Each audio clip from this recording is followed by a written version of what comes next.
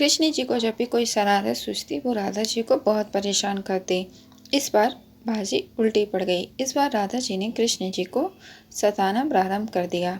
कृष्ण जी जब सुकून की नींद ले रहे थे उस समय राधा जी उनके पास आई और मोर के पंख से उनकी नींद को उड़ाने लगी। कृष्ण जी उस समय उठ नहीं सकते थे क्योंकि वो उठना नहीं चाहते थे। शायद संसार की रक्षा करने के लिए उन्हें सोना आवश्यक था, परंतु राधा जी ने कहा, हर बार मुझे सताते हो और मुझे सताने के बाद में कभी चैन से बांसुरी बजाते हो, कभी मेरी सखियों के साथ मेरे ही सामने खेलते हो, कभी माखन खाते हो। हर बार तुम कुछ ना कुछ ऐसा करते हो जिससे कि मुझे परेशानी होती है।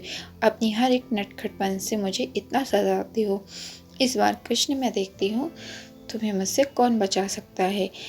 कृष्ण जी बांसुरी बजा रहे थे चैन से, सुकून से। उन्होंने सोचा मेरे आसपास कोई नहीं है, मैं सुकून से बांसुरी बजाता हूँ। उन्हें क्या पता था कि राधा जी चुपके से उनको देख रही हैं। कृष्ण जी ने सोचा कि अब मुझे कोई परेशान नहीं कर रहा है, इसीलिए मैं शांति से अपनी मधुर धुन को बजाता हूँ।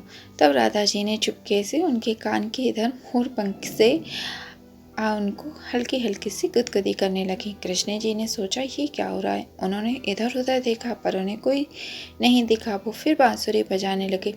फिर राधा जी आई और उन्होंने फिर से वही कार्य किया।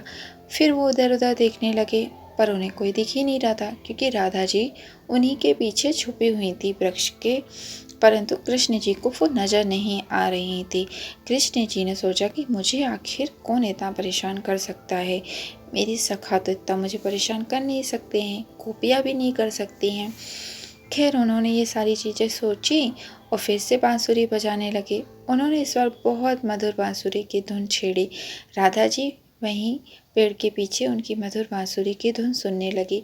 वो धुन इतनी सुरीली थी कि राधा जी उसी धुन में पूरी तरह से खो गईं। राधा जी ने मुस्कुराते हुए कहा, कृष्ण तुम्हें सताने के चक्कर में मैं सारे कार्य ही भूल गई हूँ। देखो ना कृष्ण, सताना मुझे था परंतु अब मैं खुद ही फंस गई हूँ। कृष्ण जी की तरफ राधा जी मुस्कुराते हुए देखने लगी। कृष्ण जी बहुत मधुर धुन बजा रहे थे। उनके मुख पे एक बहुत प्यारी सी मुस्कान थी। बांसुरी की धुन इतनी मीठी थी कि राधा जी के पैर वहीं के वहीं थम गए। राधा जी कृष्ण जी को बस देखती ही जा रही थी, देखती ही जा रही थी।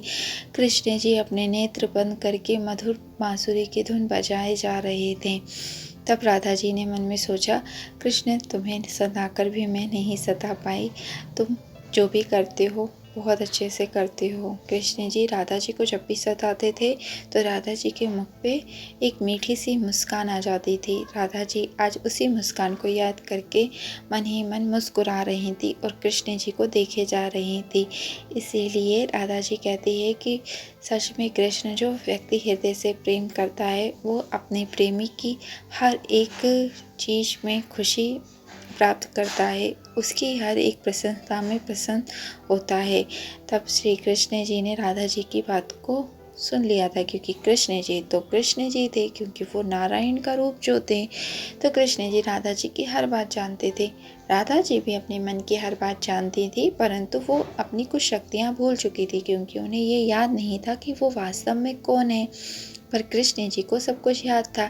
इसीलिए कृष्ण जी राधा जी से मन ही मन में कहते हैं कि राधा तुम मेरा आधा भाग हो, तुमसे ही मेरी धुन निकलती है। अगर तुम मुस्कुराओगी तो कृष्ण तो अवश्य ही मुस्कुराएगा। इससे राधा जी के मुख पे और मीठी सी मुस्कान आ जाती है और कृष्ण जी अपनी मधुर धुन और अच्छे से बजाते हैं। राधे राधे।